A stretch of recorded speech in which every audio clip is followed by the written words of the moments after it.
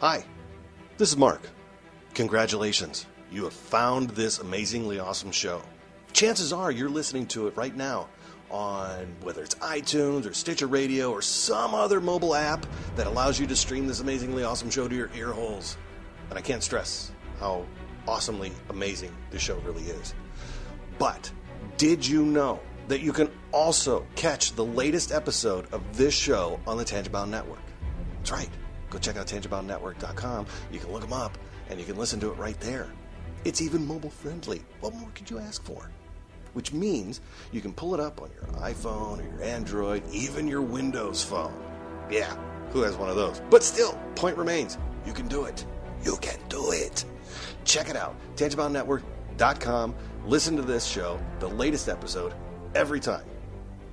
Check it out.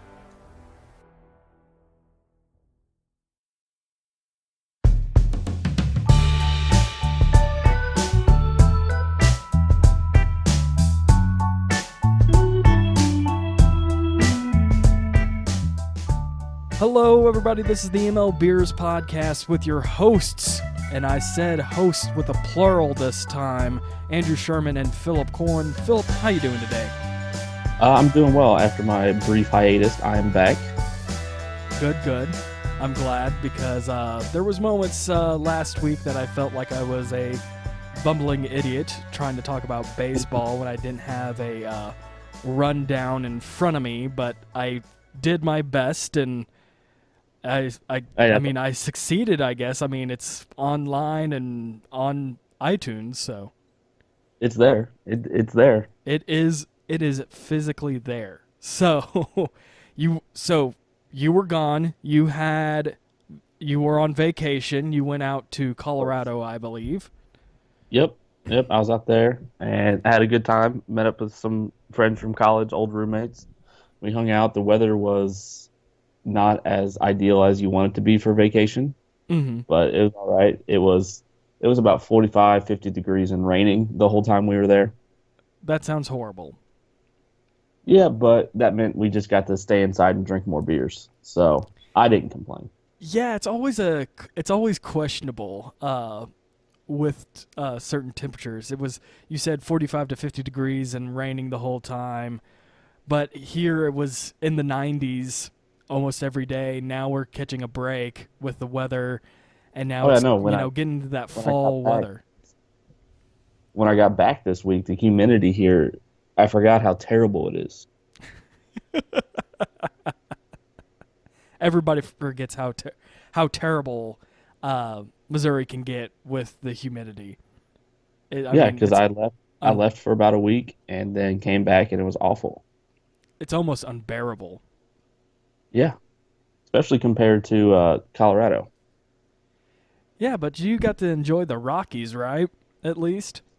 Yeah, we went up to this nice little mountain lodge up in Evergreen, and we ate lunch up there at this nice little lodge, and then we they brew as well, so we had a couple of their beers, ate, and then we went to this other bar called Little Bear, I believe, and it's like a 100-year-old bar, and had a couple $2 PBRs. Oh, nice. Yeah, it was pretty cool. And then we hit a couple breweries. My favorite one while I was out there was Cerebral. Mm-hmm. You know, we don't get out here, so that's the best one we went to. Mm-hmm. Yeah, I think you've actually have talked about it before on here about that. I don't know about Cerebral. I might have. I said talked, not necessarily drink, but I think you definitely talked about cerebral and some beer that I was having or something. Oh, I'm sure. I'm not sure. I wasn't super familiar with them, but one of my friends out there, he's a big beer guy. Mm-hmm. So he said that's his favorite one around Denver. Of course, there's a bunch of other ones just outside Denver and like an hour away, but we didn't really feel like driving. So we just stayed in Denver and tried the breweries down there. Yeah, because, is it like northwest of Denver? You have like Odell Brewing Company, Oscar Blues, is that towards that way? Yep, and so is the Left Hand and all that. Mm-hmm. And then There's a really good one called Weld Works. They're about an hour away. There's another one called Casey's. They do good. They do a lot of sours and stuff like that.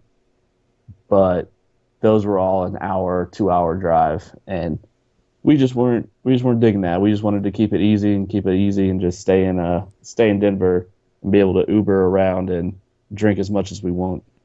Hey, and there's really nothing wrong with that,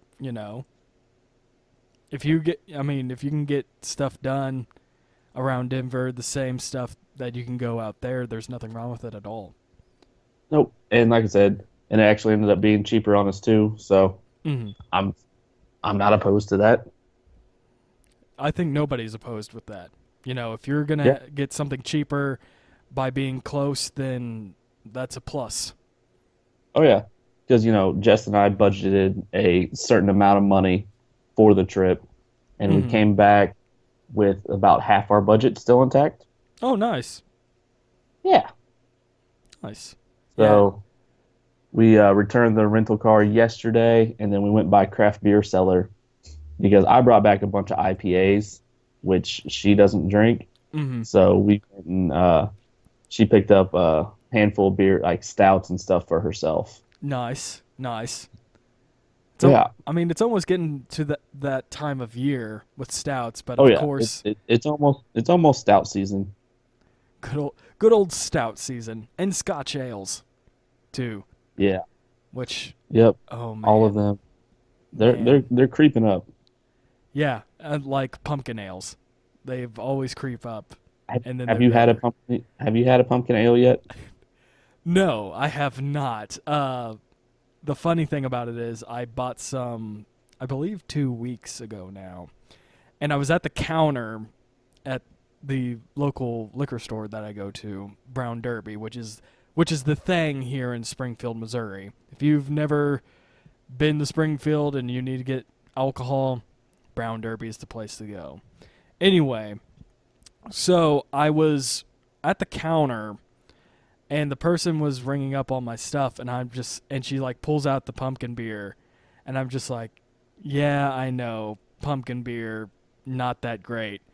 And sometimes you might get an interaction, most of the time you'll just get a normal interaction with your cashier, whatever they're doing, whatever you're buying. But there was no answer from her, and I was like, God dang it, I shouldn't have said anything. So I just looked like a complete idiot complaining about pumpkin beers when she was just like, yep, the whole time. I was like, God. She probably just hears too much of it. Probably. That makes sense too, because, pumpkin beers, they are the quote-unquote rage, even though Oktoberfest beers are better, in my opinion. And we can go of the two prominent fall styles. I would much rather drink a Marzen style. Exactly. Even though that style is pretty basic, I would much rather have one of those. So okay, before we get into anything, which one is more basic though? You're saying that Marzen beer is pretty basic, but pumpkin beer is pretty basic too, in a sense. So which one is more basic? In the pop culture sense of basic, pumpkin beer is the more prominent one. Okay. But if you're doing a style of beer, a Marzen is essentially a brown ale that's a lager. Yeah. A dark lager. Yeah. Well, not really, really dark. That's your Doppelbox, but it's a dark beer. And yeah, that was kind of my question. It's like we have Oktoberfest beers that are basic in recipe. They don't have to deal with a lot of additives. Like for IPAs, you have to add more hops and everything else. While pumpkin beer is the pop culture sense of basic. So it's just like, what is more basic, pumpkin beer or Oktoberfest beer? And so now we know. from the wise words of Philip Corwin. So anyway, actually, let's talk about beer real quick. Let's actually we're already on it. We're already on it. We'll go a little off script here. We'll lead with beer. Yeah, we will lead with beer, and of course, I think this might be the last time of the year that I will have the last time for this month that I will have an Oktoberfest on the podcast, and I am not drinking Sierra Nevadas, which I did have, but just not on the air, and it was good as, gold standard on that type of, American style, American style Oktoberfest, even though we did talk about how they do incorporate one beer company from Germany, and they collaborate on how to, on making it and all that stuff. But yeah, I'm for today though, I'm having the Schlafly's Oktoberfest. And it's not bad. When I had the first taste, it had a little bit more of a hoppy note than a solid, deep malt notes that you get from a normal Marzen or Oktoberfest beer. I do have to say though, out of the 4/5 that I had this year, because I've also had Urban Chestnut's version, the Ocats, which I had this past weekend. I will have to say, out of the beers that I've had, Sierra Nevada is 1, then the Ocats is 2, a toss-up for 3 and 4 with the Bob's 47 and the Mother's Oktoberfest, and then then 5th is Schlafly's. And I think the only reason why is because of the little more of a hoppy note, in my opinion, than the other ones.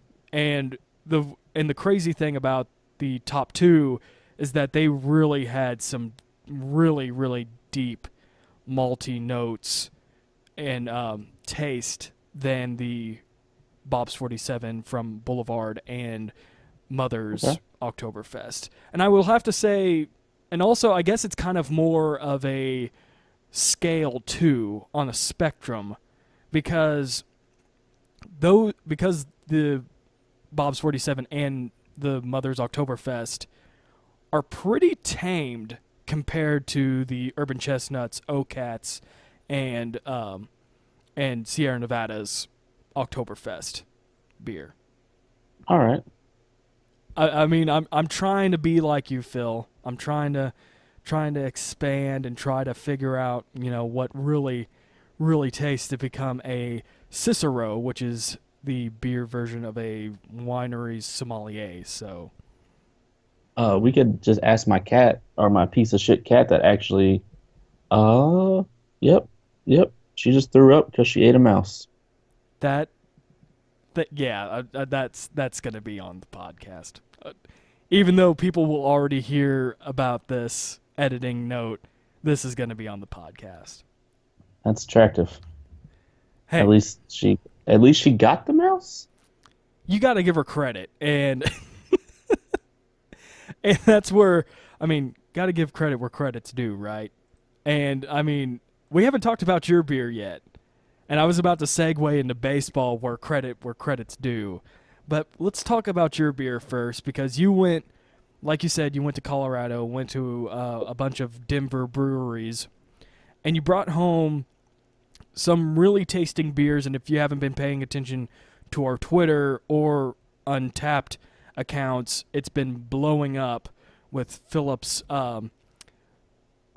magical brewery tours. I'm trying to make it sound like the Beatles' Magical Mystery Tour, but I gave it a try, right? Give credit where credit's due. Hey, you can't win without trying. Exactly. So what is your beer, Phil?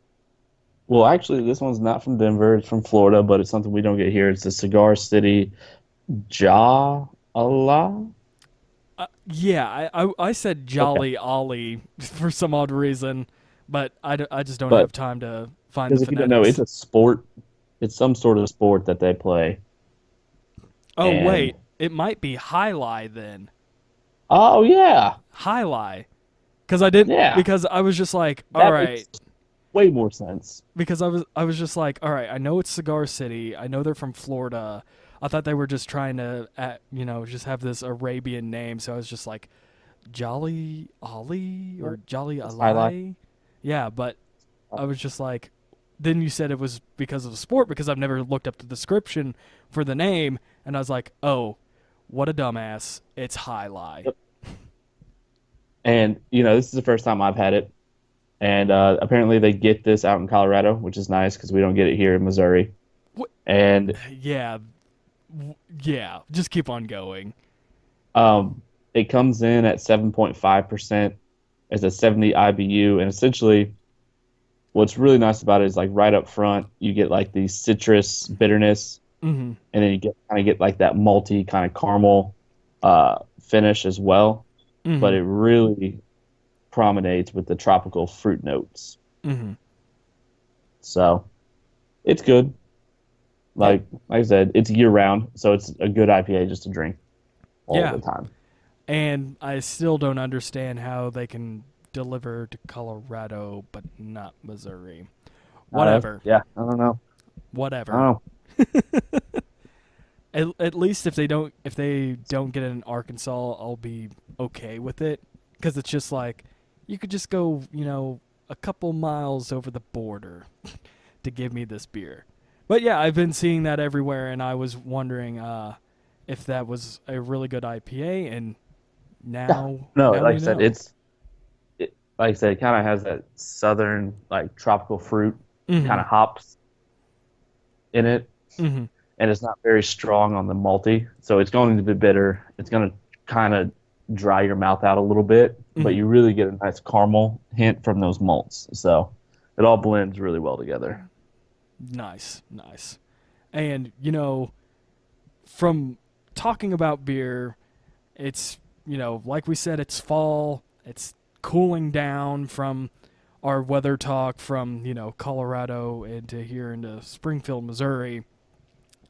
It's time to feel that cold. What were you gonna say?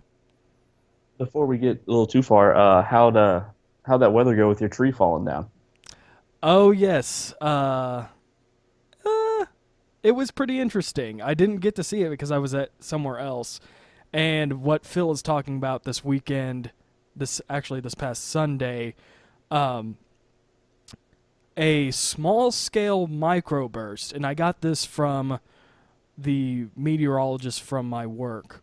He said that it was a small-scale microburst that brought that tree down. And that tree was already hollow inside. I guess silver oaks, that's what the type of tree it was. Supposedly they rot out from the inside, and carpenter ants are really attracted to the tree because of something inside. We didn't really get into a conversation about that, but he was just saying more than likely that happens with those type of trees. And I have, I believe, one or two others on the property about that height, so I need to check that out pretty soon. Oh, yeah. Because, you don't want another one coming down, because you got pretty lucky with that last one. Yes. I have to say, if we were judges in gymnastics, I would give it a solid 10 because it fell perfectly in a diagonal where if it fell south, it would have cut the power lines. If it fell north or west, it would have hit the garage or my house.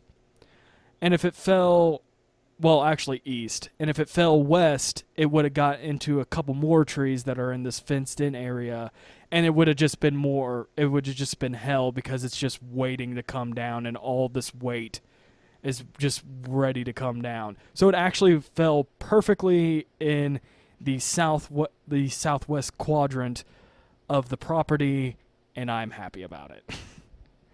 Except for the cleanup, which is still ongoing. Hey, if you had a fireplace or a fire pit, you burn it, right? my uncle, who takes care of that, said he doesn't want any of the wood, even though it would be perfectly fine. Yeah, Well, I all don't. right. Yeah, he said has a place where he can get all that stuff, and I mean, more power to you. That's all I could say about that. And with the weather and how it's becoming colder, it is finally time for some October baseball. Playoffs are just literally around the corner, and that's what we're going to talk about today. And I know you fans, listeners out there, are wondering, okay, why are you talking about the playoffs even though there's 4 to 5 games left? And the reason why is because if you really look at the wild card standings, Boston is already in, Cleveland's already in, Houston's already in. So you have your division winners, in a sense, between Boston and the Yankees, which they've clinched a spot in the playoffs. They just got to fight for the East division. for Because the East there's Division. 5 games left. They're Mhm. 3 games back. Yeah. And then possibly tonight, the Minnesota Twins, coming out of nowhere, will clinch the wild card spot to round out the American League. And for the National League, Washington and LA pretty much already have clinched. The Cubs are going to clinch probably tonight if they do beat the Cardinals, which is a possibility. And then Arizona, another team that's clinched the top wild card spot. And we're going to be talking about the Colorado Rockies and the Milwaukee Brewers. And I know that's kind of a little bit Might be boring. might be boring in a sense, but it's the only somewhat race left with only four games left in the season. Milwaukee's only a game and a half back from Colorado, and I think it will be surprising to have both of those numbers, not just we're just going to have Colorado because they're right in it at the moment. And I know if you're a St. Louis Cardinals fan like I am, and you're looking at this, it's like, oh yeah, two and a half games back with the So you're elimination telling me number. there's a chance. Yeah, there's the whole chance thing, but the elimination number is 3. I told you this at the start of September. It was going to be a difficult road for the St. Louis Cardinals because they were going to face division foes, and I mean, two of the 4 teams that they have to face are ahead of them and are a much better team, and it just shows. And possibly tonight, if the Chicago Cubs do beat them, I think they'll be eliminated. I think Colorado and Milwaukee have to win to make the numbers and all that stuff. Darn magical numbers.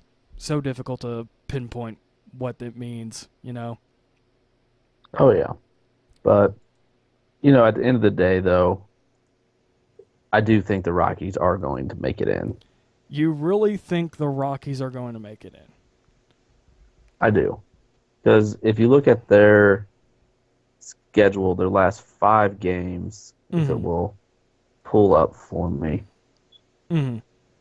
they are playing Miami today. They're already up 6-0. Yeah. And so they do have the Dodgers the last 3 games. But do I think the Dodgers play their starters those last 3 games? No. Rest them up. What's the point for the Dodgers to do that? Unless they want to play spoiler and beat the Rockies, and hopefully the Brewers win 3 games. I mean, I think it will be interesting if the Dodgers do want to play against Colorado if they do make it into the playoffs and win the wild card. But I have to say, I think I have to do the NL Central bias and have to have the Milwaukee Brewers in. I've told you this, before the podcast started, that looking at these two upcoming wild card games, if the Colorado Brewers have a little bit easier route. Yeah, in a sense, yes. Because they have 2 games left against the Reds and 3 games left against the Cardinals. Mm-hmm. So those teams obviously aren't as good as the Dodgers. Mm-hmm. But the Dodgers have already won 101 games. And you've seen how lately, the past years, have they fared in the playoffs. Mm-hmm. So I think they take it as an opportunity to go in 100% healthy. Yeah. Especially starting rotation. Yeah, exactly. And everybody remembers that somehow Clayton Kershaw is like the greatest pitcher to not be great in the playoffs, because he just, for some odd reason, once he reaches to that 7th inning, he just has problems.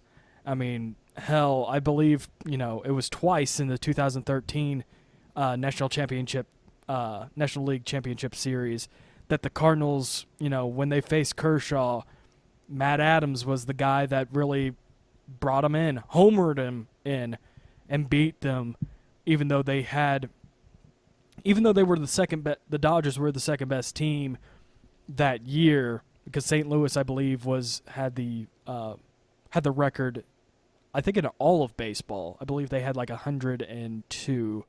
I could be wrong. I know it was in the hundreds, though. But if you look at the matchups for the Yankees in Minnesota, or in the AL, and then you have Arizona, Colorado, and Milwaukee.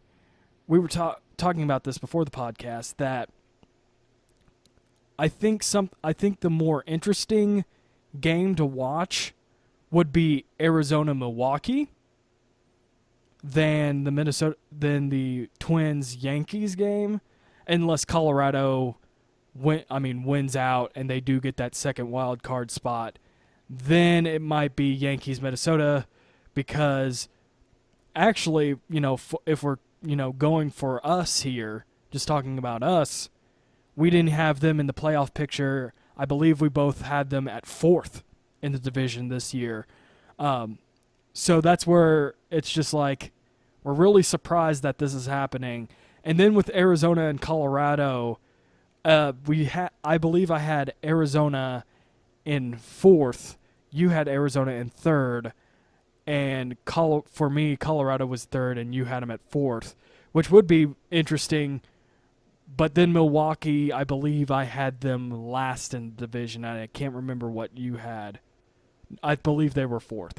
So if you listen, I had them above. Yeah. I had them above the Reds. Yeah. So if you listen to us next year and we say a team's gonna be 4th, just automatically assume that they're gonna be in the playoffs. Yeah. Yeah. Because obviously that's how it works. Yeah, for some odd reason, the baseball gods like 4th. I mean, that's why a home run, you walk you trot 4 bases. So there you go. That's why it's a square, 90 degrees angles, 4 angles. Boom. I just blew your minds right there, folks. Anyway, if before we keep on going, I had to look up the picture for the division and wild card picks that we had earlier. And of course, really nothing to talk about with the divisions. I mean, we both got those correctly. Not even we were worried a little bit with the Chicago Cubs, but everybody and the Red Sox there for a minute. Yeah, and and not so much with the Cleveland Indians, but yeah, we just those teams were they were just better teams.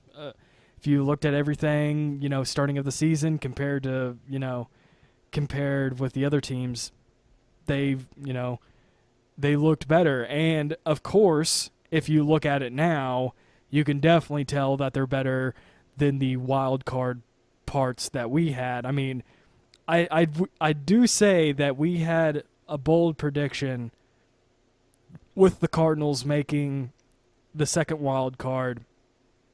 And I remember correctly, and I've been thinking about this a lot, that I said for the Cardinals to make it into the playoffs, they had to win 86 games, and they'll be in. Because the year before, they won 86 games, and they were out of it because the Giants beat the Dodgers on the last day. It was all down to the last day of the season. But then if you look at these other picks, and for you, Phil, let's go down with yours.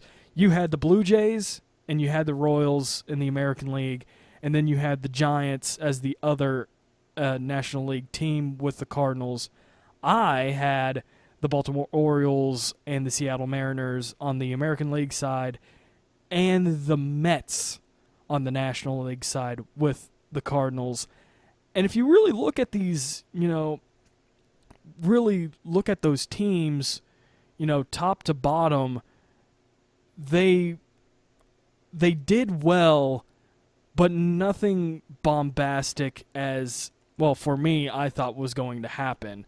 Well, especially with the Giants and the Blue Jays. Yes. That was you expected them to be better. Yes. And then the Royals, I expected them to be better, but I knew it wasn't going to be a division winner, and it would have to be a wild card. And then their starting pitching just let them down this second half. Mm-hmm. And then what? I had the Giants and who? You had the Giants and Cardinals.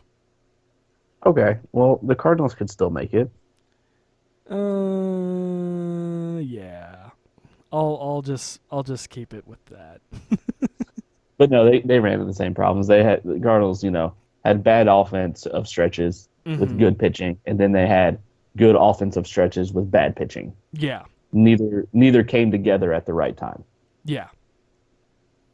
And as you can look to last night, if you watched any of the Cardinals game, like I did, Luke Weaver looked bad, but we scored 8 runs.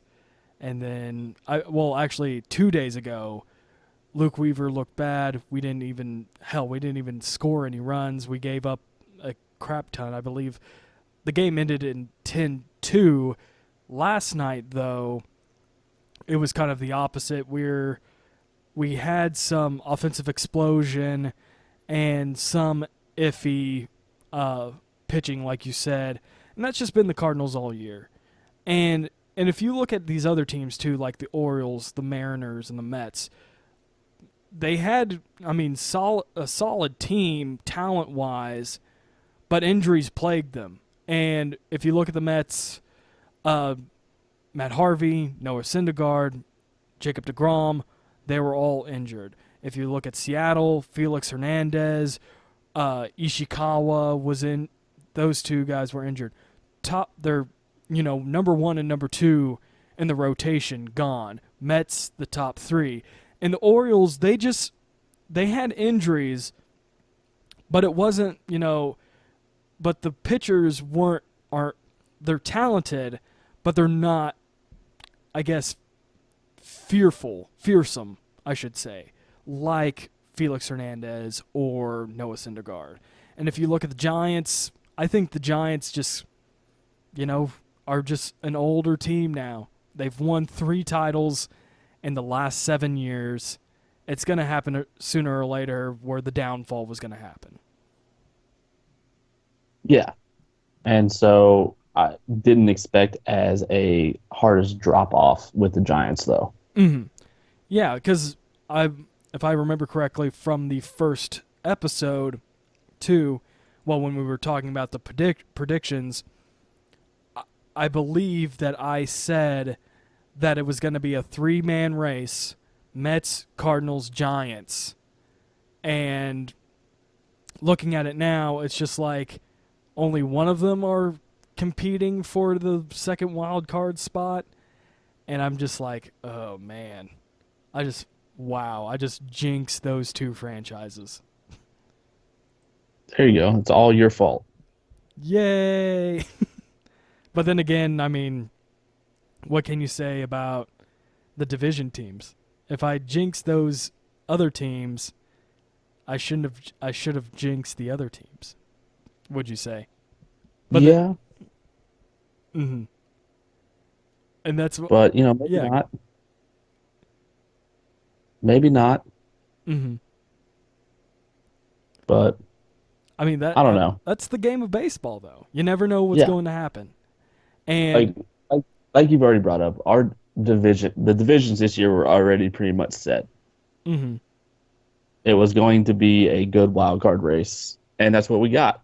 At least in the AL, the NL wild card was pretty much set until this last month. Mm-hmm. And that's where it just, that's where it just comes down to the last month. And if you can get stuff done in the last month, there you go. And, we got to talk about this. We got to talk about how this is going to happen. And if you really look at the teams that have made it to the playoffs, and, of course, I have the postseason picture right in front of me. It's Boston, Houston, Cleveland, all those guys, and then Chicago, Washington, and L.A., they get the division spots. Out of those three, before we talk about the wild card, who has the better chance of making it to the World Series? And, just speculating, who has the better chance? To the World Series? For the World Series. What is a matchup? I know that we had matchups earlier this year, and we said Cleveland, Chicago Cubs. I'm looking at it as a whole. Mm-hmm. I say the Houston Astros. Okay. And I'm torn between the Dodgers and the Cubs. I know. It's a difficult one. And you know what? I have to say Cleveland and probably actually, I'll just say it, the Dodgers. Let the 1 seeds go. But, you can't really look at it that way. You got to look at the wild card, too. And that's why I wanted to know, just with the division winners, who you wanted.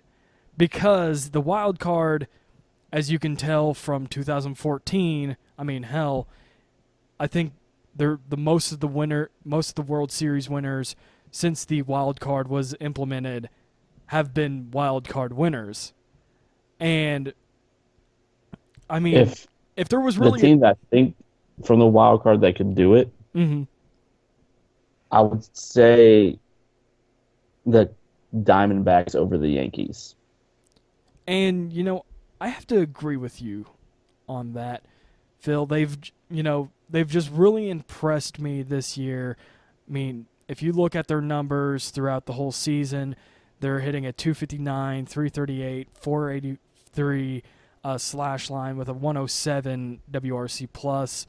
They got a couple guys that we really hardly ever hear of unless they're in the All-Star game, which like Paul Goldschmidt has done really well for that team. And I just see, this team just as a wild card out of those four, well, five in this case. I just see the Diamondbacks being the better team than the Yankees, even though the Yankees have a better WAR number than the Diamondbacks. But I have to say, what is the skew between between the Yankees with Aaron Judge and without Aaron Judge? I'm sure it's huge. Because he's not he hits home runs. He's hit 50. Yeah. But what about him, what is his batting average? It's not that fantastic in a sense. And he still strikes out a lot. Yeah. And that's kind of, that's been kind of the difference maker between, between Aaron Judge and Mr. Paul Goldschmidt. If you look at the numbers real quick, you have Goldie. Yeah, go he's ahead. hitting like 36 home runs for the year and has and hitting a 305 average. Mm-hmm. 305, 411, and 576 slash line. Okay. So the argument comes down is, do you want a guy that's going to hit 50 home runs with a lower batting average? Because what's Judge hitting right now? Judge is currently hitting 283, and that's with full season. Let me get the 30 days up. Still though, a guy it's okay. I don't know. I might have to take Judge then, because Judge is hitting 283 with 50 home runs, and that's only about 20 points less than what Goldie is hitting. And if you look at their career projections, Judge is still young. This is his rookie year. So, yeah. If Judge was hitting like 240, 250, then yeah, I would take Paul Goldschmidt. But I don't know, especially with Judge playing in New York for half the season, especially in the playoffs too, you might have to take Judge over Paul Goldschmidt. Maybe I'm just a little bit skeptical about the young guys coming up. Aaron Judge, I mean 6'7", still skeptical. That's just me though. Yeah, we'll see though. Yeah, I mean, what else could go wrong? Him getting injured? It's like we'll probably never see these teams in the playoffs. Then a month later, Game 7, they would be playing in Chase Field, because I forget that the Diamondbacks have the higher win-loss record, I believe. But yeah, for me, looking at all the 4 teams, and especially looking at the last 30 days, the Twins are up there. They're second. The Yankees are up there. They're third. The Diamondbacks, they're eighth. In the top, in the 30, the top 30. Well, the rankings, I should say, batting wise. And the Brewers, they're 16th. But the reason why I like the Diamondbacks over the Yankees, over the Twins, and over the Brewers, and if you even include the Rockies, which the Rockies are 19th, I think it's just because I think they're able to get something done. Their players are hot right now. I mean, J.D. Martinez, another guy, hitting 392, 439, and 938 slash line, which that is a 1.377 OPS. Ridiculous numbers. And, if you look at the last 30 days and for the full season, the Yankees and Diamondbacks practically have the same pitching. Yeah. There's not a lot to separate them pitching-wise or offensively. Yeah, and there's been some injuries here and there, and same thing with for the Yankees and for the Diamondbacks. I mean, Masahiro Tanaka was injured for a couple games. Shelby Miller, had to think about it for a moment. Shelby Miller's out for the season, so they had to call up some guys, and it's been working out for them. Robbie Ray has done well for them. Zach Greinke, not his Cy Young, Kansas City Royals or Dodgers numbers, but he's back up there to be, he's a force to reckon with. And, if you really look at the team, the last 30 days, they got a 3.85 ERA, a 3.75 FIP, which is better than the Yankees. They got a 9.37 K per 9, 3.55 walk per 9. For me, just looking at the team, they just seemed better to me. But I could be wrong. No, I agree. Like I said, I think of the matchups of the wild card teams, I think the Diamondbacks have the best chance of making it to the World Series. Mm-hmm. And I mean, because they've been playing the Dodgers all year, mm-hmm. and they're still 91-67. That's 3 games better than the Yankees. Yeah, and really, if you look at the numbers with the Arizona Diamondbacks against the Dodgers. They have an 11-8 record. Versus the Colorado Rockies. They have an 8-11 record. Once you start playing against teams that are out on the East Coast or more towards the center of the United States, it's a little bit hairy. You have a 3-3 record against the Chicago Cubs, and you have a 2-4 record against the Washington Nationals. But if you look at their AL win-loss record for the season, they're 11-6. I mean, the only team that's better than that is the Houston Astros at 15-5.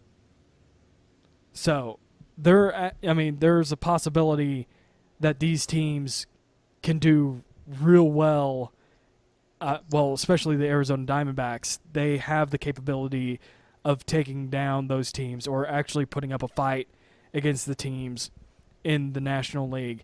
And then when you look at the numbers for the Yankees, they have a nice 11-8 record over Boston. They have a 2-5 record with Cleveland, 2-5 record against Houston, and a 4-2 record against Minnesota. And they're not really another 15-5 record against the National League opponents. But I believe they faced the National League East this year, not any other division in the National League. And I believe that Arizona also faced American League West opponents too.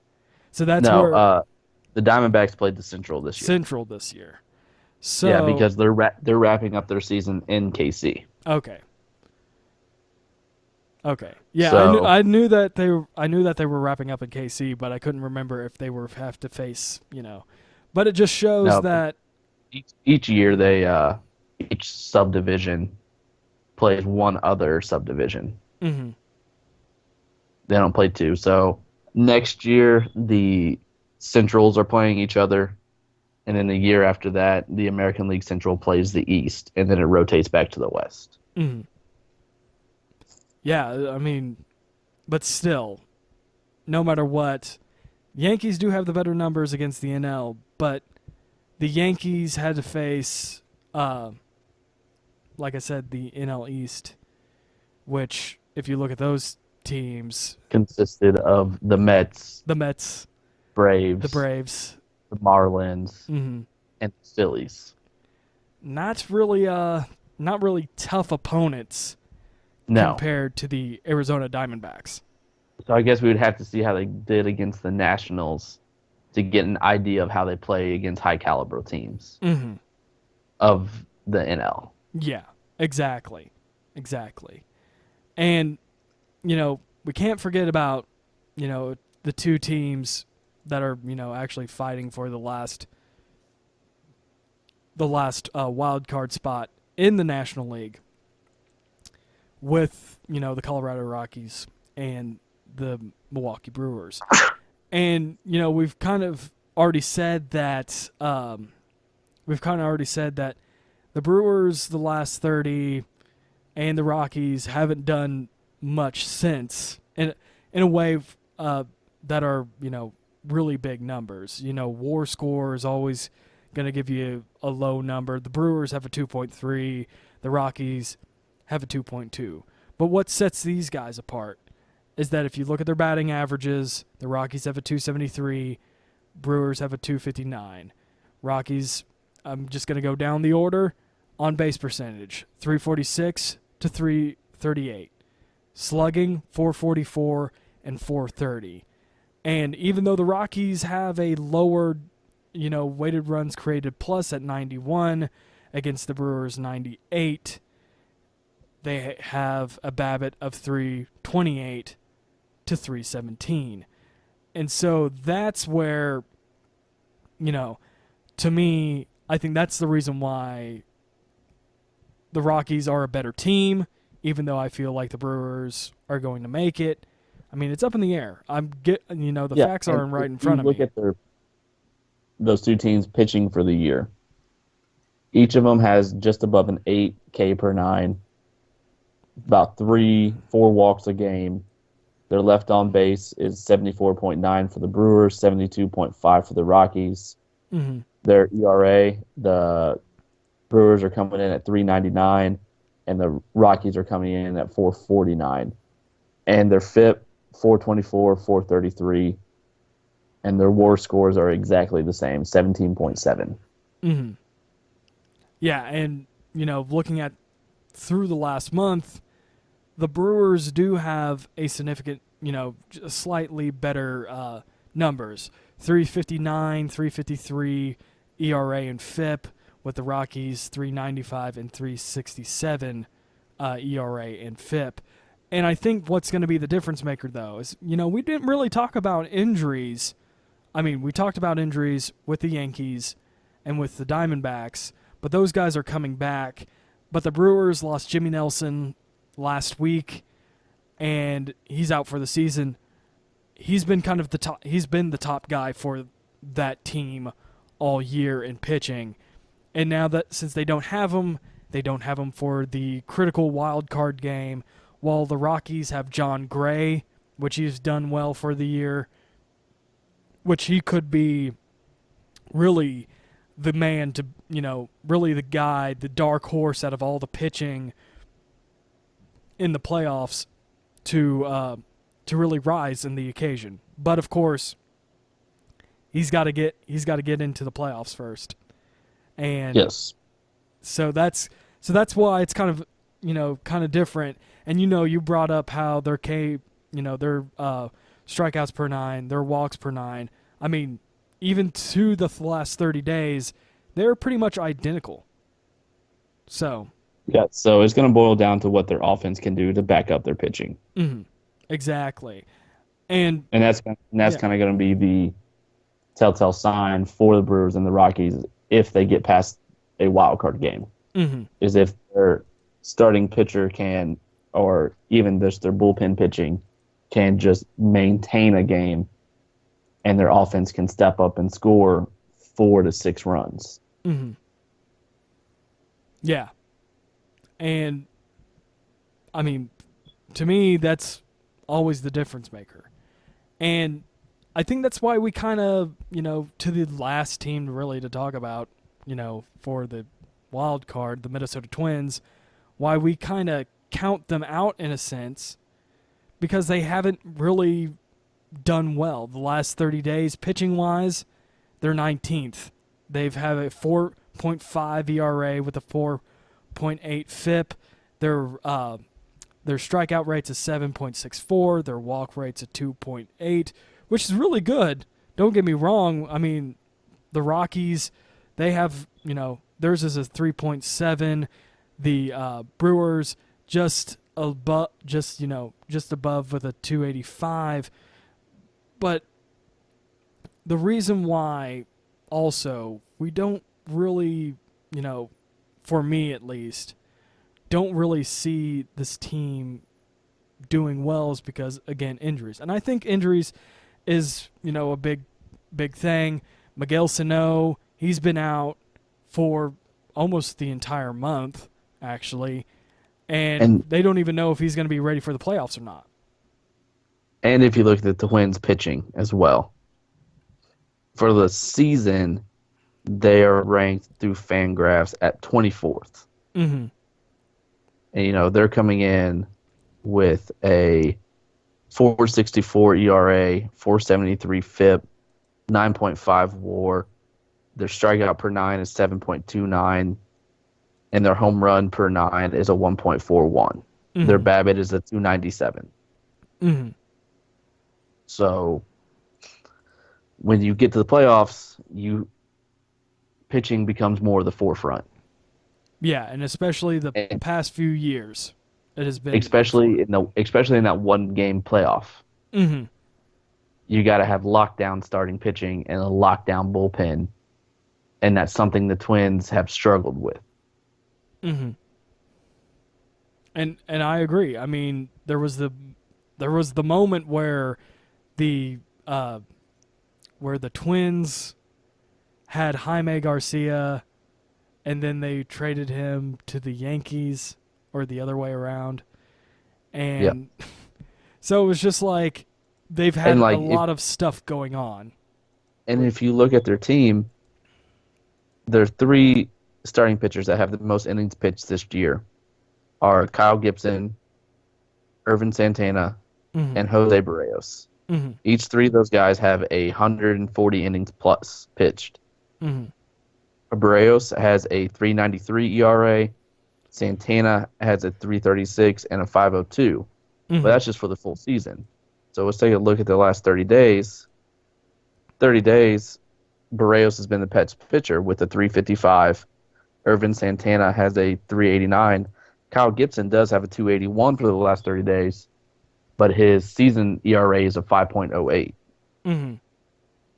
So kind of who do you pitch? Mm-hmm. I mean, And then they've gotten good bullpen relievers from Trevor Hindenburg and Alan I don't know. Bazinitz. Yeah. And you were talking about who to pitch. It's like, all right, do you put Big Sexy in? But he has an 839, even though. But look what Dylan B's done though in the last 30 days. In his 6 games, he's posting a 0 ERA Mm-hmm. in 10.1 innings. Trevor Hindenburg in 12 and the third has a 2.98, and then Allen whatever in 9.2 thirds has a .93. Mm-hmm.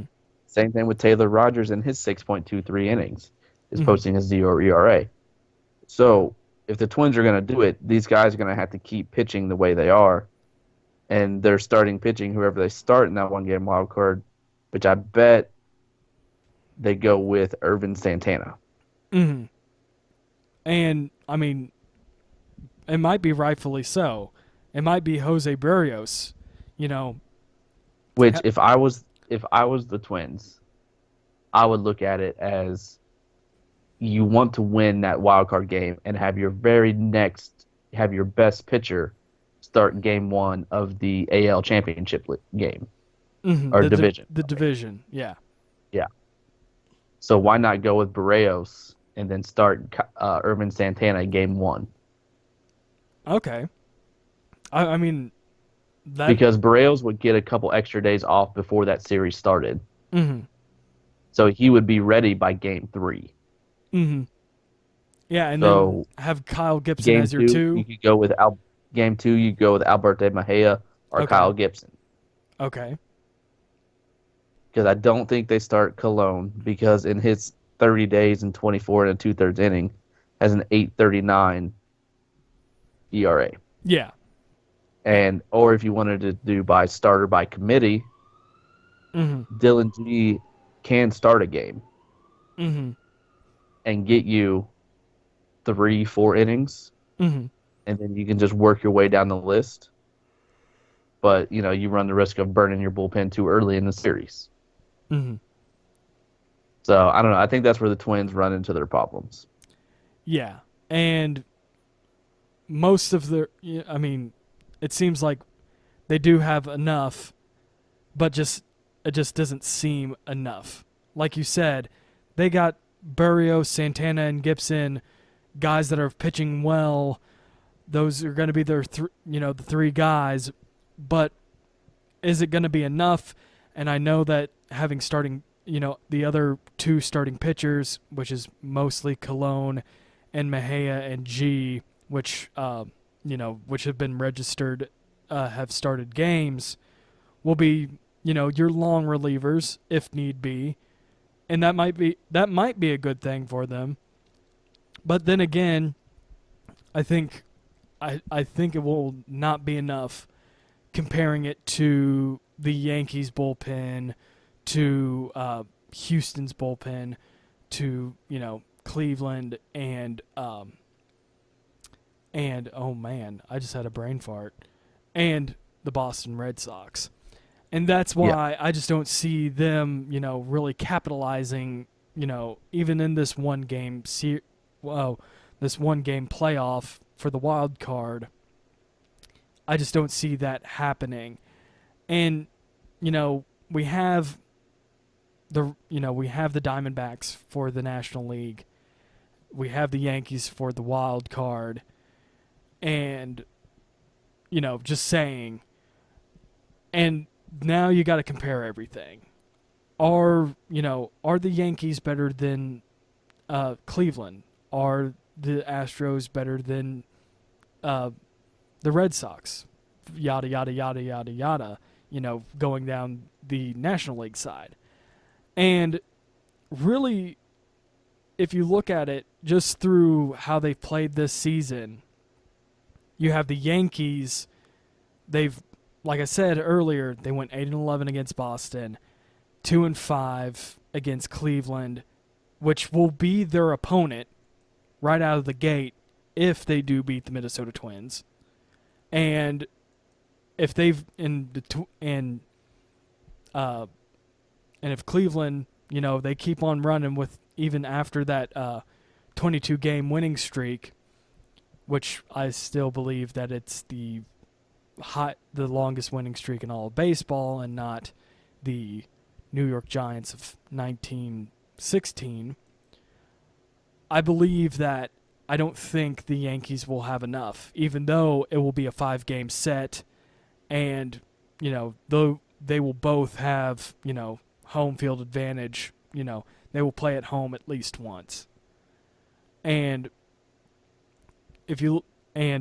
that's why I think of that. And then if you look at the numbers, the Yankees are behind the Indians and the Red Sox in the last 30 days of pitching, and they're also behind the Indians in hitting. And so that's where I kind of see where the Yankees kind of fall off from there after they win, after possibly winning the wild card against Minnesota. Yeah. Sorry, my Fangraphs decided to reset itself, so I was looking at something and then had to reload everything. Hey, it's all good. I understand it. Everybody has those moments when that stuff happens. And going beyond that, if you really want to look, pitching has been kind of the dominant thing throughout the season, throughout the season and the past couple of years with the playoffs. Who would you want as your rotation? You have the Indians, which will be Kluber, Carrasco, and most likely, Trevor Bauer, even though he keeps on messing with those dang drones. The Red Sox rotation, which will be Chris Sale. I will say it won't be David Price because he is restricted to the bullpen for the rest of the season. Chris Sale, Eduardo Rodriguez, and Drew Pomeranz. Doug Fister, if you look at the numbers, or Rick Porcello. Out of those two, and then you got to look at Houston, which they've had a little bit of troubles here and there. You have Houston with Dallas Keuchel, Justin Verlander, which has been, a treat for people. And then you got to decide either Charlie Morton or Brad Peacock, which they both right now have a 2.35 ERA. But they've only pitched in four games, 23 innings apiece. Who would be, I guess, the sense out of those guys? Then add the Yankees, which, again, I know we talked about their totals as a team. You have CC Sabathia, Masahiro Tanaka, and Luis Severino. Actually, I believe he's injured, so you wouldn't have Luis Severino. You would have, let me check here. Actually, Jordan Montgomery.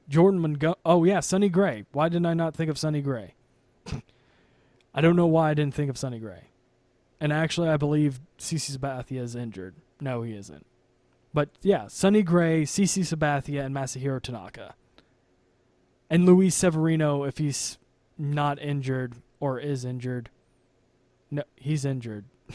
Sorry. Last week with championship fantasy baseball was pretty hectic on me.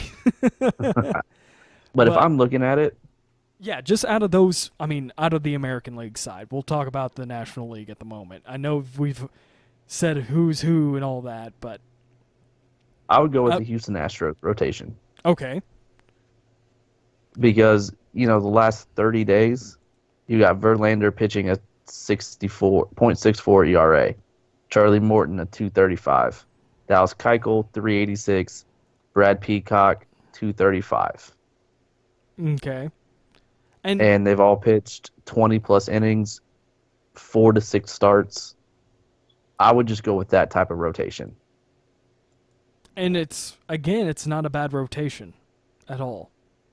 No. It's not a bad rotation at all. If it was just a regular season rotation, then more than likely it'll just, whoever you chose, you'll be fine. And, and they got a good bullpen, too, with, looks like they moved Joe Musgrove to the bullpen, Ken Giles, and Chris Stefanitsky. So, I would have to go with the Astros rotation. That's just a scary rotation, especially when you throw Verlander in the mix. Because if Verlander wasn't there, it might be a little bit different of a situation because then you'd have to rely on Colin McHugh or Lance McCullers. And they haven't done, even though McHugh has a really good ERA of 3.06, against the Los Angeles Angels. No, that was McCullers that had the problem, not McHugh. McCullers hasn't had, against the Angels, I believe he only went 2 2/3 innings or 3 innings before he was out of the game. But for me, as a rotation guy for, the American League, it's kind of hard to go against with the Cleveland Indians. Kluber, 0.89. Carlos Carrasco, 183. Trevor Bauer, 290 ERAs. Mike Clevenger or Danny Salazar, which I think Salazar is becoming more towards the bullpen than anybody else. But if even Mike Clevenger, a guy that's supposed to be this bullpen guy, has came in for games, has a .73 ERA. And I think that might be, Kluber, Carrasco, Clevenger, Trevor Bauer, just in case if he quits messing with drones, looks good. And then if you look at their at relieving, Andrew Miller, he just recently got back. He's been in 6 games, 5 2/3 of an innings, has a 0 ERA. Danny Otero, he's been in 7 games and he's pitched 8 1/3, 2.16. Tyler Olson, the second highest, tied for the second highest in coming into games out of the bullpen, 9 innings, 0 ERA. And then you have Brian Shaw, which even though he has a 4.80 ERA, he has done well to keep. He doesn't really throw any, balls that were equal to home runs or even walks in that matter. He has a 0 walk per 9, has a 12.6 K per 9. It's going to be, it's a deadly mixture to have, the Cleveland Indians and, like you said, that Houston rotation. But you can't forget, I like those. Chris Sale, just to really talk about the Boston Red Sox real quick. Chris Sale, 3 ERA. Drew Pomerantz, 4.26. Doug Fister, 5.68, which these are just by, I'm going down the list by how many games they have started. Eduardo Rodriguez, 2.97. But I've already said that Eduardo Rodriguez, Drew Pomerantz, and Chris Sales would be your guy. If you add David Price to the mix in the bullpen with already an already outstanding bullpen with Craig Kimbrell, Addison Russell. What is the exact reason why he's pitching out of the bullpen? Earlier this year, he had elbow problems out in spring training. They thought I remember all that. Yeah, they thought he would have to get surgery, but he didn't need to. So once he started finally pitching, after a couple games, it started to aggravate him again. So they were worried that it might, if he keeps on pitching, it finally will tear, season ending. So I believe it was a game or two. No, it was 2 weeks back. Took him out of the lineup and then did some tests. They said he would just be in relief. So, yeah. He's okay to pitch short burst. He's okay to pitch short bursts, not long. Not long sessions. Again, would you blame him? He's been having problems in the playoffs, playing, just being the starting pitcher of the Blue Jays and having problems. But with an elbow injury, and when you come out of the bullpen, you tend to pitch at a higher octane. Mm-hmm. So it's just be interesting in how they use him and how he pitches out of the bullpen. Well, I believe, I will have to say they are doing something right in a sense. He has a 0 ERA, 1.22 FIP. He's doing well.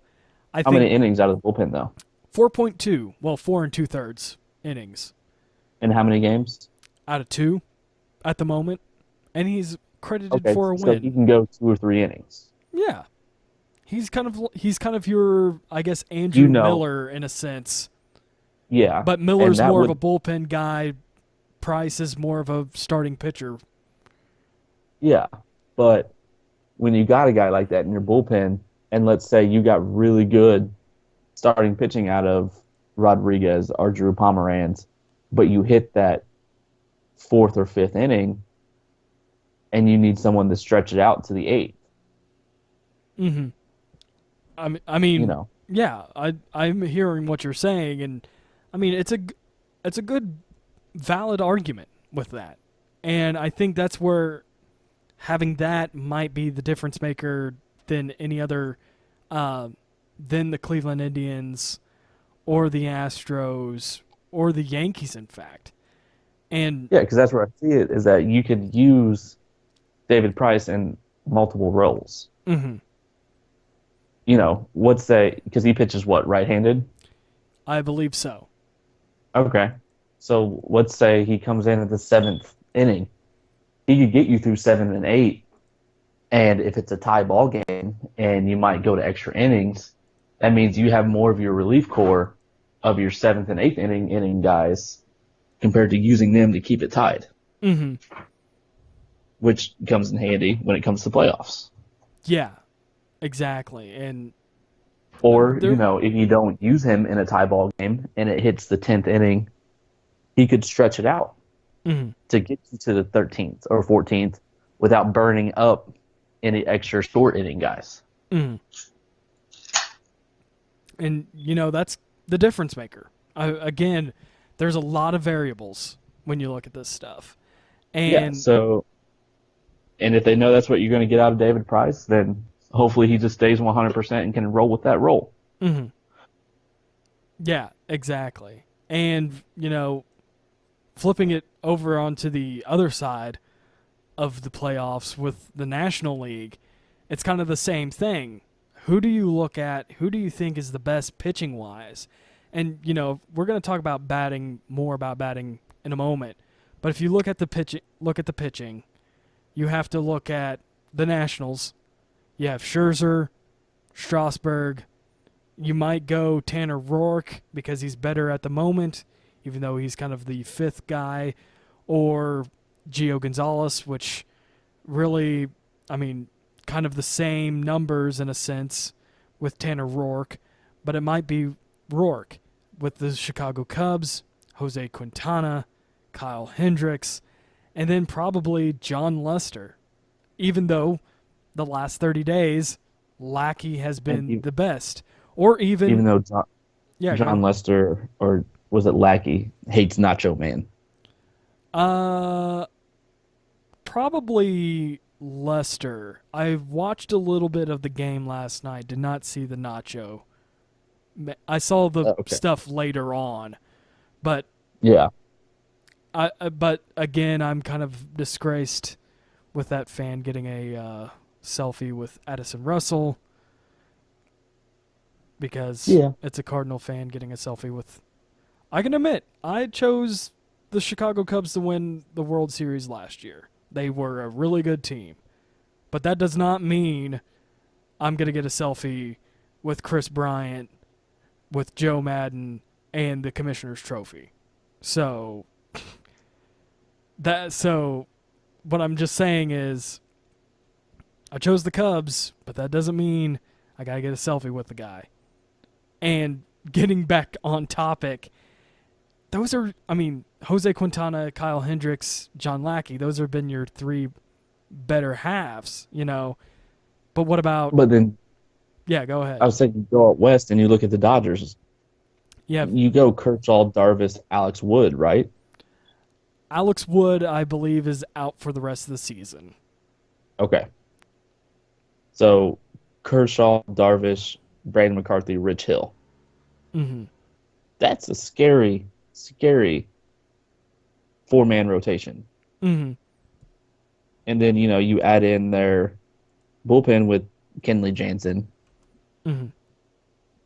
I don't know. I think the Dodgers, of the non-wildcard teams, have the best route to the World Series.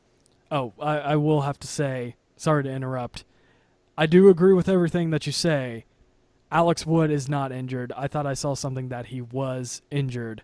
Okay. Darn you fan graphs for saying that he was injured. But I'm seeing reports... But look at it, though. Kershaw's pitching under 200 innings this season. Mm-hmm.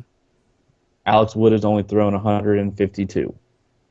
Yu Darvish, he was hurt for a little bit. So for the season, for the Dodgers, he's only thrown 49 innings for the Dodgers. Mm-hmm. So when you can have a 1-2-3 punch of Kershaw, Darvish, and Wood, you can move a guy like Hyder and Rue to be that kind of swingman that David Price is. Mm-hmm.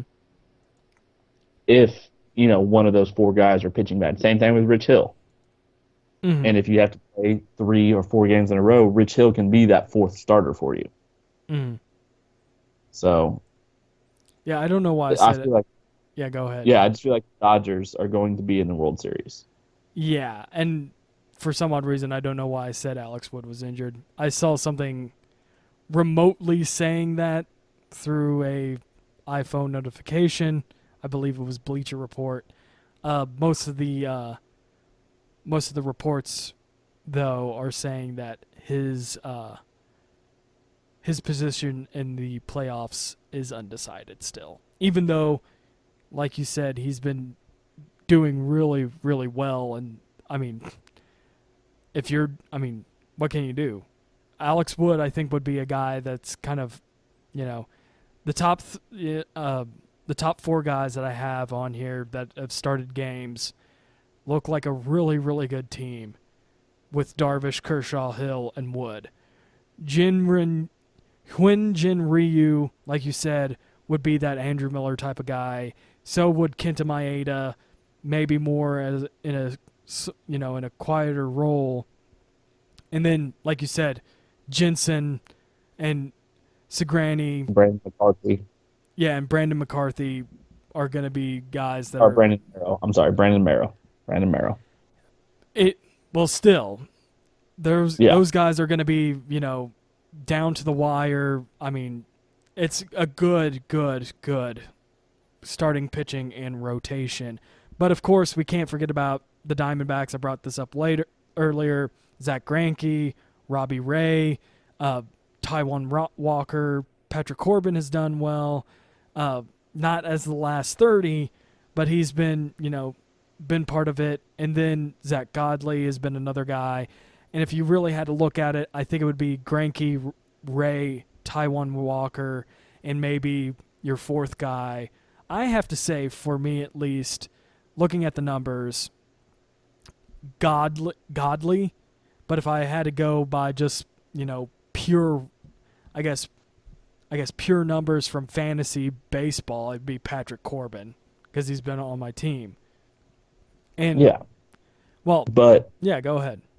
well, I was just gonna bring up that the Dodgers also have the second best offense of the year as well. Yes. And So, because I was looking at it, I was trying to look at them and the Diamondbacks and see where they met up offensively and defensively, and the Dodgers are overall winning both categories. They're closest in pitching, but the offense don't match each other. And who would getting back to what we said about the AL, which team would you take this rotation with? Would you go with Washington with Scherzer, Strasburg, Tanner Roark, maybe Gio Gonzalez? Would you go with the Cubs, the guys that have been kind of the outliers with Quintana, Hendricks, Montgomery, and John Lackey over, Jake Arrieta and John Lester? They just they've had somewhat subpar ERAs throughout the season, and then, the last 30 days. Or would you take the Arizona Diamondbacks or the Dodgers? And I think, like you said, I think it's hard to beat the Dodgers bullpen and rotation. Yeah, there's just not a lot of weakness on either one. Mm-hmm. That's the problem. Yeah, and I think that's really going to be the difference maker. Between all these teams is the pitching. And batting wise too, you can get into it a little bit how the Diamondbacks, like I said earlier, have done really well on hitting, and they've surged quite a bit since they've gotten JD Martinez. Yes, and like I said, those numbers were, really big for, really outstanding for the Diamondbacks. And I think, really, if you want to just lump it all together, if you have looking at the lineups, who would you take? You have the Chicago Cubs last year, haven't changed much of their lineup, but haven't done as well as they could. The last 30, they're improving. Don't get me wrong. But of course, remember they were, middle of the road most of the year until they got into September. Then you have the Diamondbacks, which they've, surged with JD Martinez, with Jacob Lamb and Paul Goldschmidt. Then you have the Dodgers with Cody Bellinger, Yasiel Puig, Corey Seager, Yasmani Grandal.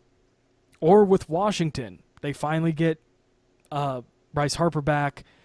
Then they have Daniel Murphy, which, last 2 years ago, he had that 7-game home run streak, which was ridiculous. And then you also have, the first baseman. Ryan Zimmerman. Ryan Zimmerman, thank you. And, he's still hitting 299 this year. Rendon is hitting 300. Mm-hmm. And Trey Turner has turned it around and hitting 277. So each one of these teams has a good offense. Mm-hmm. Yeah. But I just think the Dodgers went all in, made sure they have the better pitching. Mm-hmm. Yeah, go ahead. That's a little bit of the difference. Is the pitching and the hitting. Yeah. Is that the Dodgers win the pitching category just out. Mm-hmm. They, compared to the National League, they just don't have anyone else that compares to them. Mm-hmm.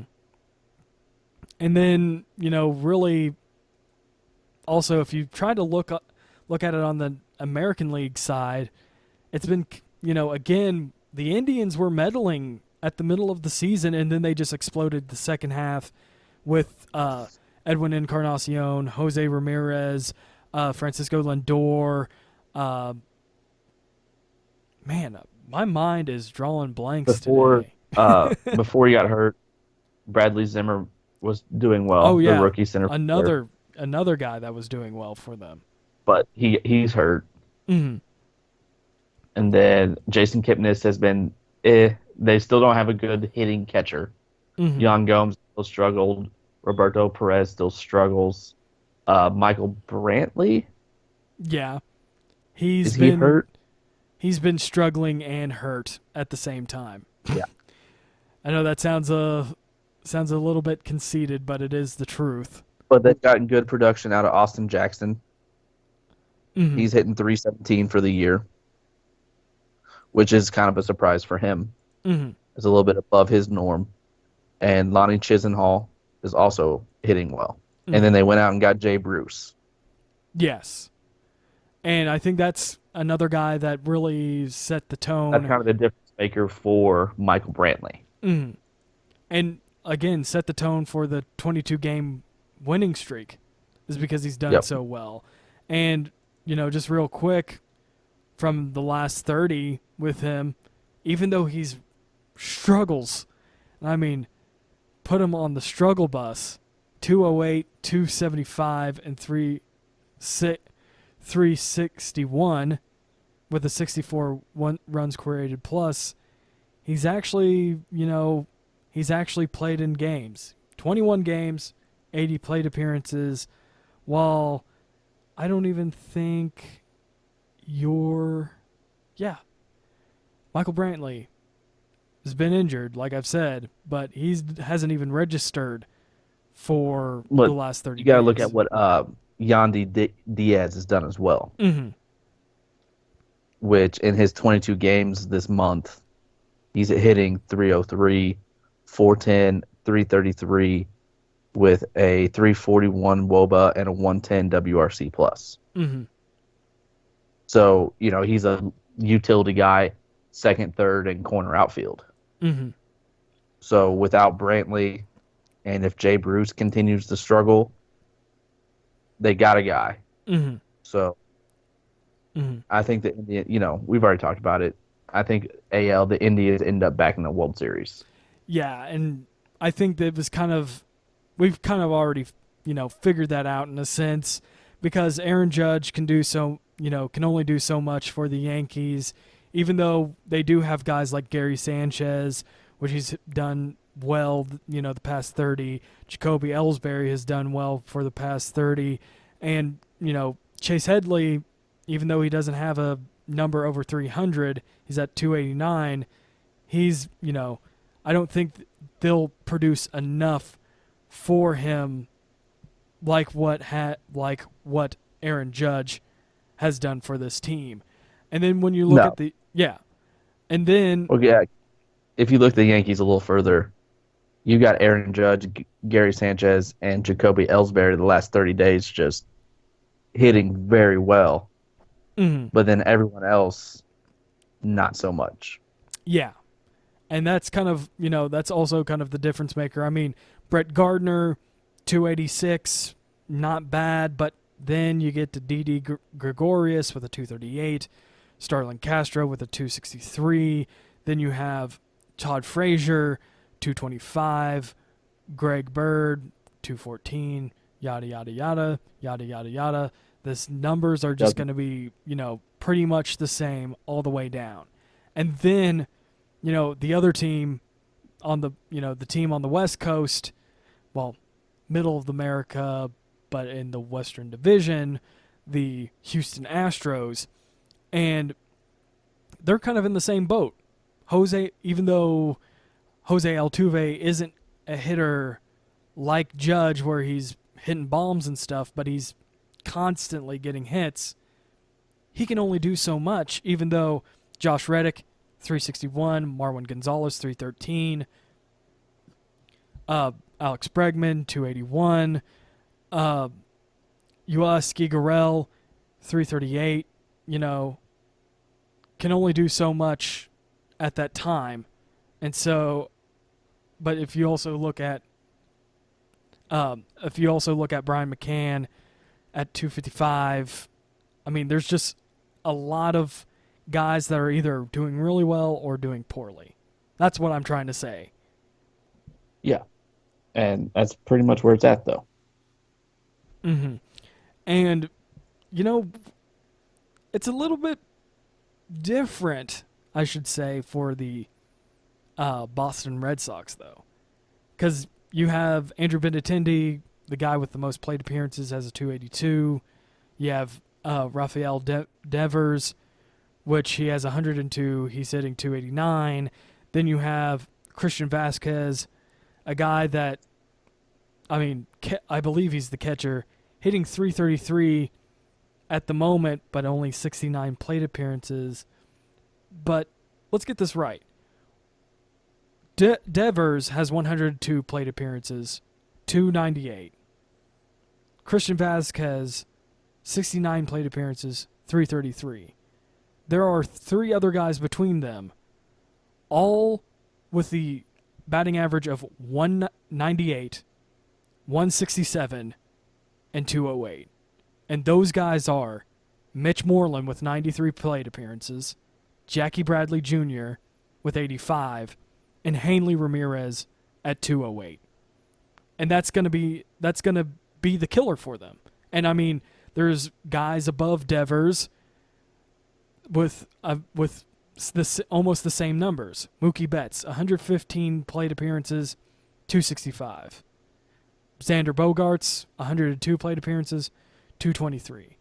And I think that's where, earlier we kind of, we like Boston, we like how everything is there, but comparing to, the Indians and comparing to the Houston Astros, they're not that much. And I mean, same thing with the Yankees. I think the Yankees have the opportunity to take care of Boston if somehow the Yankees make it to the ALCS.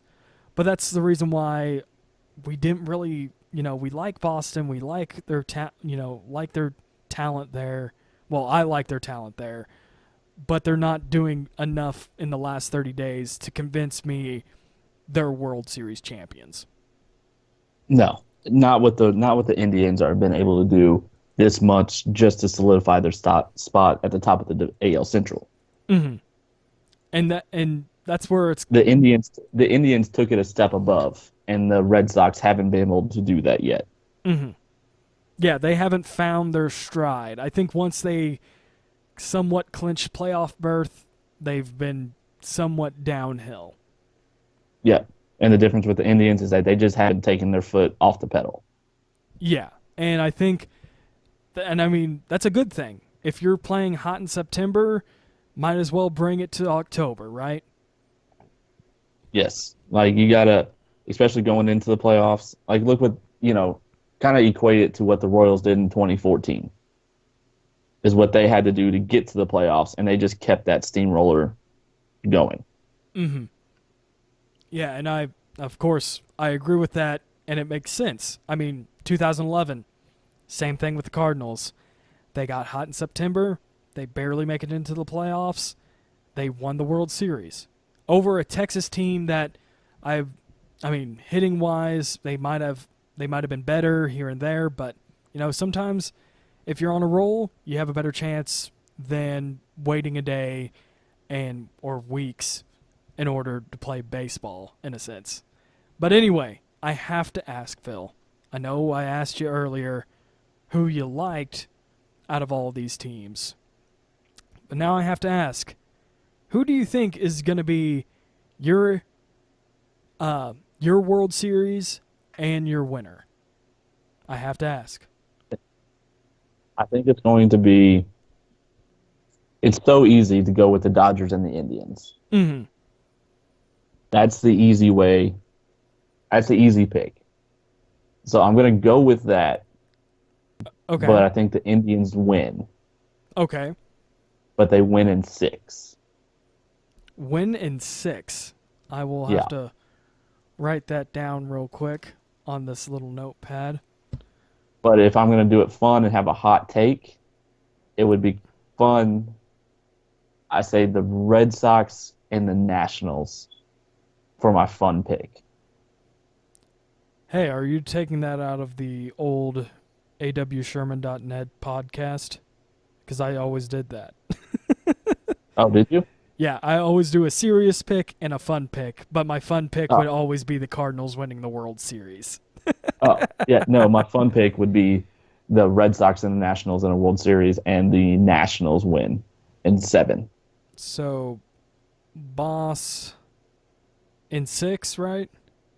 Yeah. 6 over Wash. All right. I'll keep that in a different box. All right. Now, what about you, sir? What about me? We've been through it all. We've been here since day one. We haven't skipped a beat, even though we've had moments where we've had to take 2 weeks to do one episode because of things that we couldn't control. But we've been paying attention to the game of baseball, where, you're literally a historian in a sense. Well, you are a historian.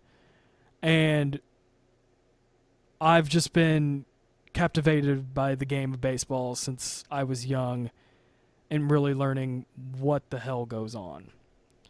So I'm not going the ultimate 1-versus-1. That has barely happened in this wild card era. It's only happened a handful of times. I don't think we've had as good of number ones as that we have with the Dodgers and Indians this year, though. That is true. Because I thought the Cardinals were a top talent in 2013 when they had the best record in baseball against the Boston Red Sox, which I didn't think they had, they had talent, but not as much. But they had heart, heart over talent, and sometimes that will make you win. And that year, a tragic event happened, and in Boston, and that kind of elevated them to win the World Series. And also, again, if we have to go back, the All-Star game had the implication of the of home field advantage, which is kind of nice. But if I had to really think about this, I still have to go with my Cleveland Indians. I still have to go with that pick. And since none of my teams are in it besides the Dodgers, I got to do my serious one. I have Cleveland in 7, and I think out of the blue, I think it will be the Washington Nationals. Okay. I know. It's very surprising. Okay. It is. That is. And if I had to do a fun one, so my serious one, Cleveland over Washington, and the reason why is because I think this go around, I think the Washington Nationals will finally win a division, win a playoff series.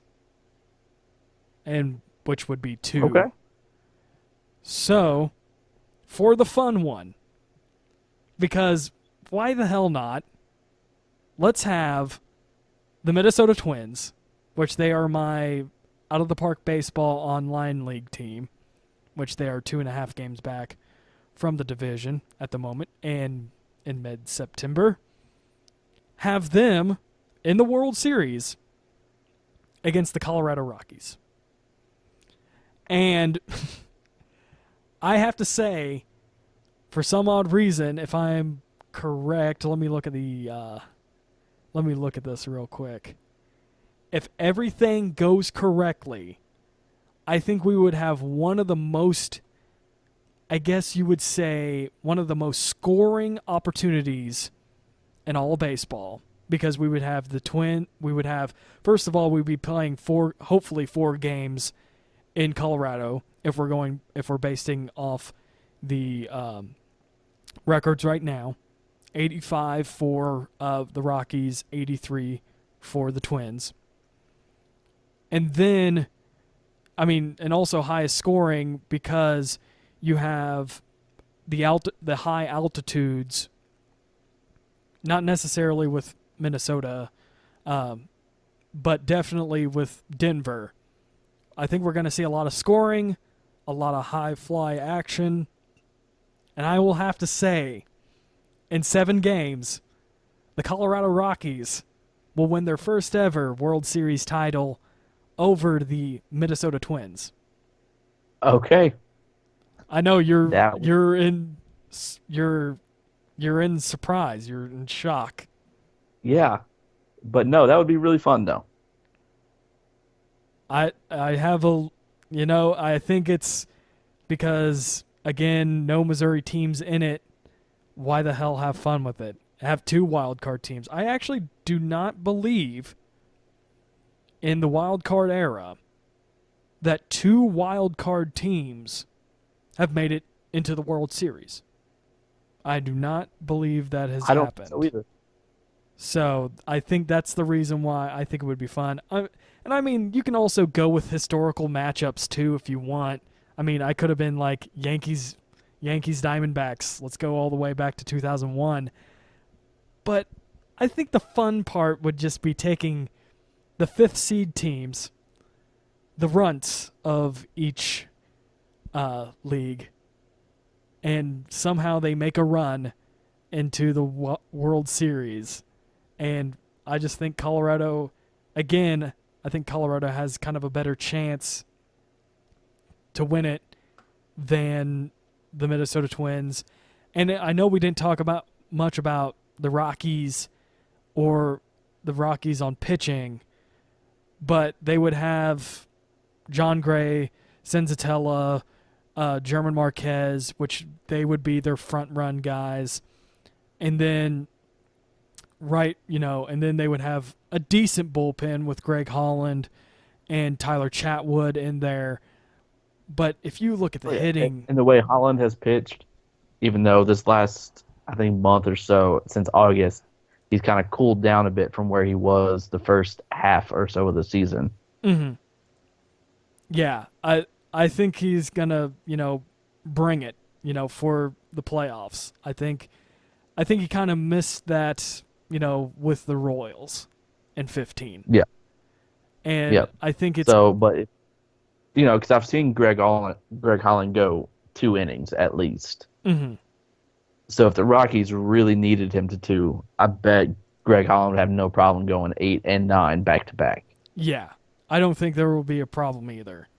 And if you also look at the hitting too, the reason why I have to go with the Rockies in 7 is because if they're going to be playing 4 games in Colorado, you would have Nolan Arenado, DJ LeMahieu, oh my Lord, and Ian Desmond, which he's been doing well this year, and just that collective, I think, would bring a nice title back home to Denver, and not say so much that I guess Denver was a horrible choice to put in a baseball team. So there you go, folks. No, actually, well, speaking of Denver, I was actually in downtown Denver and got to walk by the stadium. Yeah, I was wondering if you went to a game, by the way. No, I was going to, but they were out of town. Darn away games. Yes. But no, I got to go see the outside of the stadium, and it's right downtown, so it was pretty cool. Mm-hmm. They call it Ballpark Village as well, so it's a lot like that. Why?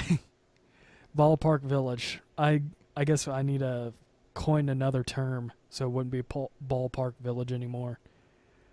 Because St. Louis has it. It seems like almost every team has that. But if we had to review who we want to win in the World Series, for Philip in his serious pick, the Titans of each league, the Cleveland Indians versus the Los Angeles Dodgers, Cleveland would win in 6. And then in his fun one, we have the old school Boston Red Sox versus the Washington Nationals, even though I do want to say Senators.